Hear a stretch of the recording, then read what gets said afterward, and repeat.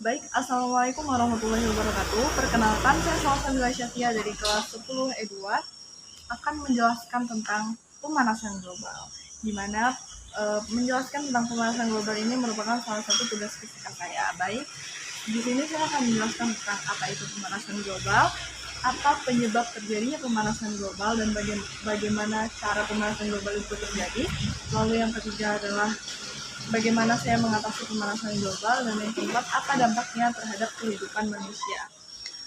Baik, sebelum kita mulai menjabarkan pemanasan global itu secara lebih mendalam, tentunya kita harus mengenali dulu tentang apa itu pemanasan global. Tentunya pemanasan global bukanlah hal yang asing lagi bagi kita.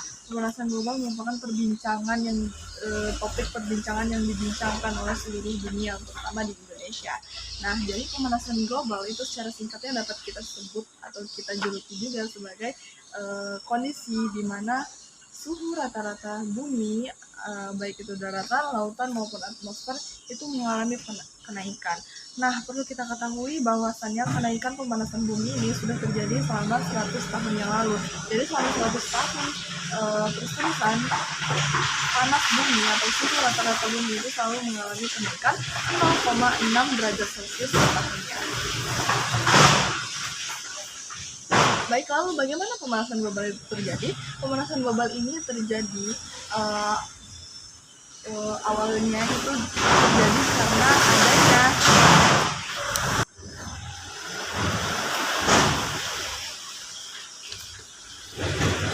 adanya setengah cahaya matahari yang harusnya dipantulkan ke atas itu terhalang oleh banyaknya gas-gas beracun. Nah, apa saja sih gas-gas beracun itu dan kenapa sih bisa terhalang? Nah, perlu kita ketahui bahwasannya sebelum adanya gas-gas penghalang ini, matahari itu punya tugas untuk memberikan panas kepada kepada bumi, itu melalui atmosfer bumi yang menyaring, sehingga akhirnya panas-panas yang diberikan matahari itu benar-benar panas-panas yang baik untuk bumi. Nah, tapi teman-teman, panas-panas yang diberikan matahari tidak semuanya diserap oleh bumi. Hanya setengah dari panas matahari itu yang akan diserap oleh bumi, dan setengahnya lagi akan dipantulkan.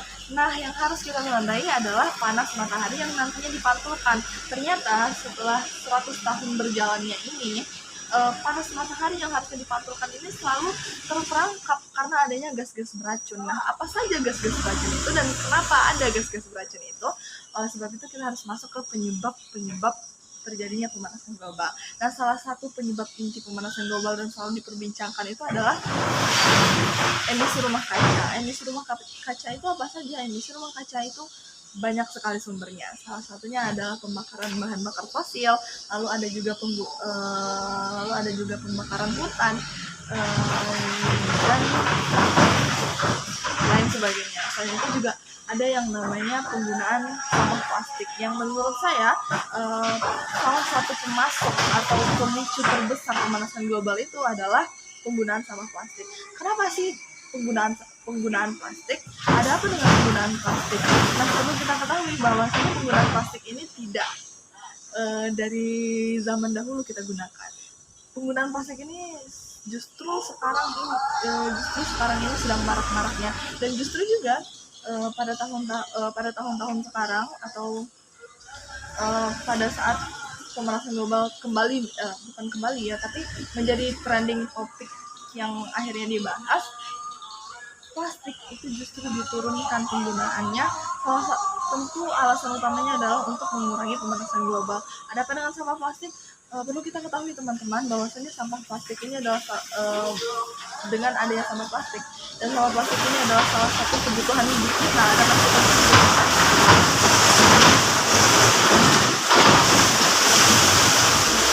dapat kita beri tanda kutip bahwasanya plastik ini adalah kebutuhan sehari-hari kita, di mana hampir di semua sudut kehidupan kita membutuhkan plastik. Nah, tapi justru dengan plastik ini, dengan adanya tentunya kita ketika sudah tidak menggunakan barang tersebut, tentunya nanti kita akan buang. Nah, seperti yang kita ketahui juga bahwa plastik ini adalah salah satu sampah yang sangat sulit terurai, di mana ketika sampah itu sudah terurai, tentunya dia akan mengotori tanah. Ketika dia mengotori tanah nih, di mana sebelumnya tanah berfungsi untuk menyerap panas bumi, ketika dikotori oleh plastik, tentunya nanti tanah itu tidak ada fungsinya lagi, di mana plastik-plastik tersebut akan menghalangi tanah untuk menyerap panas bumi. Nah, selain itu, plastik-plastik ini juga ketika terkena panas bumi itu akan memantulkan atau mengeluarkan gas-gas beracun yang nantinya merupakan salah satu dari beberapa gas beracun yang menghalangi panas bumi tadi kembali ke atas. Nah, lanjut yang kedua adalah yang saya sebutkan tadi, yaitu pembakaran bahan bakar fosil, di mana pembakaran bahan bakar fosil ini akan mengeluarkan yang namanya gas-gas beracun lainnya.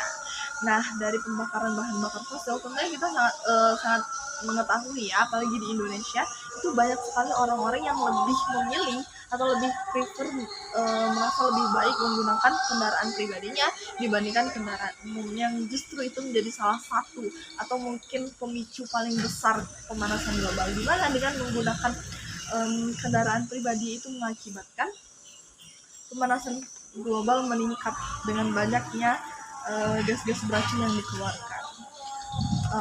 Lalu apa sih pengaruhnya terhadap kehidupan manusia? Nah, pengaruh pemanasan global ini terhadap kehidupan manusia salah satunya tentunya jika kita menarik benang merahnya atau kesimpulan dari skenario terburuknya, tentunya adalah beberapa negara atau beberapa daerah di dunia ini akan mengalami ketenggelaman. Kenapa mengalami ketenggelaman? Tentunya dengan terus-terusnya meningkat suhu rata-rata panas bumi ini, dengan selalu meningkatnya setiap tahun 0,6 derajat Celcius setiap tahunnya, tentunya nantinya kutub yang tadinya merupakan pegunungan es, bongkahan es yang menjadi tempat hidup dan lain sebagainya bagi binatang-binatang kutub akan mencair. Lalu dengan mencairnya es kutub tersebut, tentunya laut akan mengalami kenaikan tinggi. Ketika laut lebih tinggi dari daratan, tentunya daratan-daratan yang berada di bawah ketinggian laut tersebut akan mengalami akan terbenam. Nah, oleh sebab itu, kalau misalnya kita menarik skenario terburuknya, itu adalah salah satu dampak paling besar. Nah, dampak-dampak kecil yang sudah kita alami pada saat sekarang ini juga ada, yaitu penyakit kulit. Semakin hari tentunya ozon akan semakin tipis dengan banyaknya gas-gas beracun yang terus diambungkan ke langit, itu mengakibatkan ozon semakin menipis sehingga ozon itu sendiri tidak akan mudah untuk menyaring lagi panas-panas matahari sehingga mengakibatkan kanker kulit. Nah, oleh sebab itu juga kita sekarang diharuskan untuk menggunakan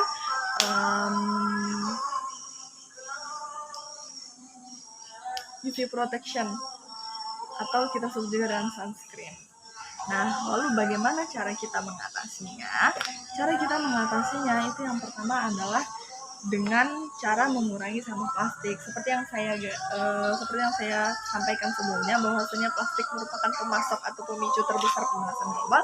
Oleh sebab itu kita harus mengurangi plastik mulai dari sekarang sedikit demi sedikit.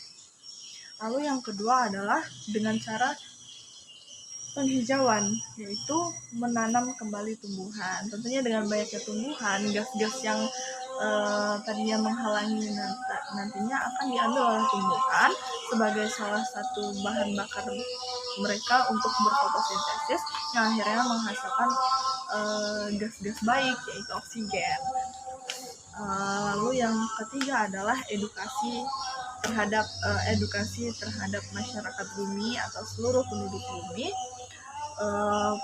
terkait pemanasan global, karena tentunya bukan hanya kita yang perlu edukasi, tapi orang-orang lain yang tentunya juga sebagai salah satu pemasok atau pemicu terbesar pemanasan global ini juga harus mengetahui lebih banyak lagi terhadap pemanasan global, bagaimana cara mencegahnya dan lain sebagainya. Baik, sekian dari saya. Wassalamualaikum warahmatullahi wabarakatuh.